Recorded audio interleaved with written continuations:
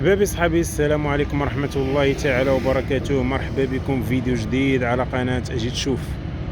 في هذا الفيديو هذا كما كتشوفوا جيت نصور لكم جديد الأشغال اللي كاينة في الجنبات ديال مركب الأمير مولاي عبد الله بمدينة الرباط. كما كتشوفوا عملية تزفيت الطابي مازالت مستمرة، نتوما كتلاحظوا.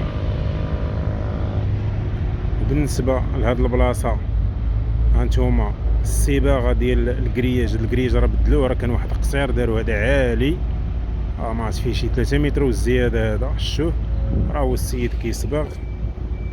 هانتوما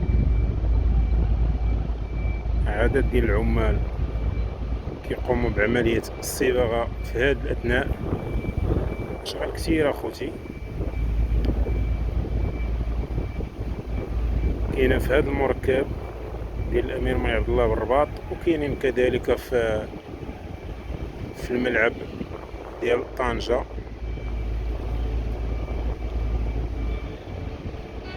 والاشغال كاينه حتى لداخل، اش كيبانوا لكم الالات تما. انا نحاول نشوف الا لقيت كيفاش ندخل. نتوما كتشوفوا حبابي صحابي، راني لحت فيديوهات كثيره كل بلاصه كنصور منها واحد شويه، دخلوا شوفوهم. ما تنسونيش من الجيم الاشتراك في القناه، في انتظار نلوح لكم فيديوهات ان شاء الله اخرين. انتظروني. السلام عليكم.